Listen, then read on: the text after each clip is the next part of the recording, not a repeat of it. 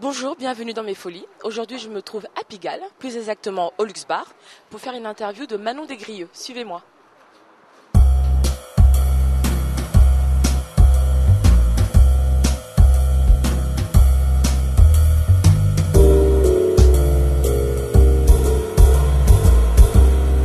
Bonjour Manon. Pour commencer, je vais te demander de nous parler un peu de ton actualité, nous raconter un peu ton parcours pour qu'on puisse savoir mieux qui tu es. Alors, moi au départ, j'habitais Aix-en-Provence, j'étais en fac d'anglais. Il y avait beaucoup de grèves comme maintenant. Et puis, donc, pour parfaire mon anglais, j'ai voulu aller aux États-Unis. J'étais babysitter à Hollywood pour les enfants de stars. Quand je suis rentrée, je fais ça très vite, j'ai trouvé Aix-en-Provence un peu étroit. Je suis montée à Paris, comme on dit dans le sud. Et je suis rentrée très vite aux Folies Bergères. J'ai eu cette chance, et donc les Folies Bergères, c'est dans le 9e, et donc j'ai habité rue Fontaine. Donc j'habite Paris vers Pigalle, et Pigalle, depuis l'âge de 20 ans. Peux-tu me dire qu'est-ce qui te frappe le plus à Pigalle, qu'est-ce qui te marque le plus ou t'a le plus marqué? Alors, moi j'y habitais là parce que j'y travaillais. Ensuite j'ai d'ailleurs fait une revue pendant 2 ans à l'Élysée-Montmartre, une revue anglaise qui s'appelait Rip Off.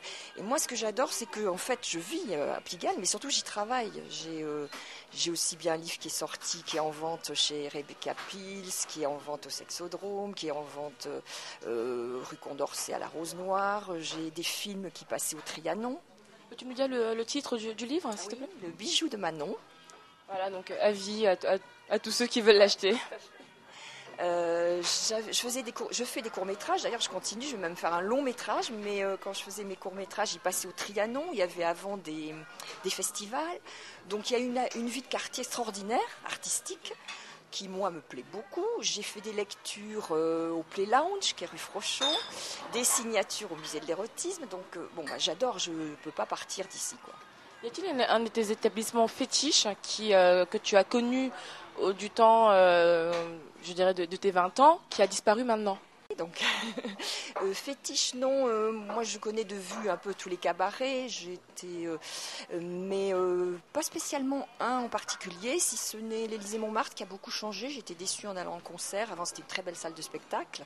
Et la première expo que j'ai faite était au Sexodrome, grâce à Philippe Cochinard, qui m'a fait exposer quand il avait entrepris de faire une expo. Une manifestation pour la lutte contre le sida, donc moi je lui dois quand même ça, et donc je le remercie d'ailleurs au passage. Sinon, non, pas spécialement, moi j'adore tout. Les chasseurs vous parlent, les prostituées vous parlent, du coup on les connaît beaucoup mieux. Il y a une vie de quartier intense, c'est le centre de Paris, enfin je trouve que c'est très central. J'adore, je ne pourrais pas partir d'ici. Alors maintenant, que dirais-tu aux détracteurs de Pigalle?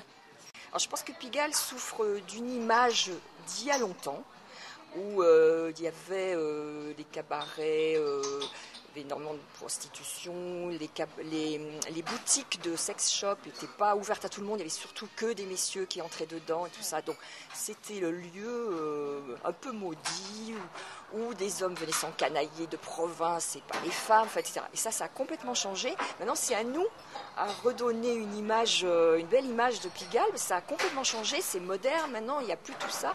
Ils souffrent encore de ce genre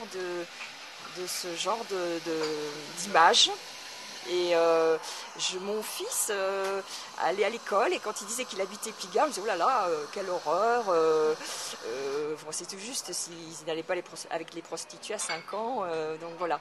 Et ça, il faut que ça parte parce que c'est plus du tout le cas. Ça fait vraiment plaisir d'avoir le point de vue d'une enfant de Pigalle qui a habité là à l'âge de 20 ans, qui travaille là, qui a travaillé là et qui a même envoyé ses enfants à l'école dans le coin. Donc c'est cool. Alors maintenant, je vais demander le mot de la fin. Que pourrais-tu dire à tous ceux qui nous regardent?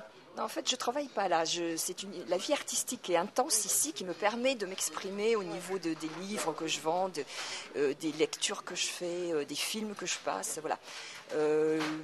Il faut absolument changer l'image, c'est-à-dire qu'il faut montrer que Pigalle est très vivant et magnifique, complètement à la pointe du progrès et du modernisme, et pas l'image très ancienne des vieux velours, des messieurs qui viennent en cachette dans les sex shops, en catimini et tout ça. Donc moi je suis pour, c'est pour ça que c'est très intéressant de faire une télé comme ça, je suis pour que tout ça évolue et change et que la France entière le sache. Voilà.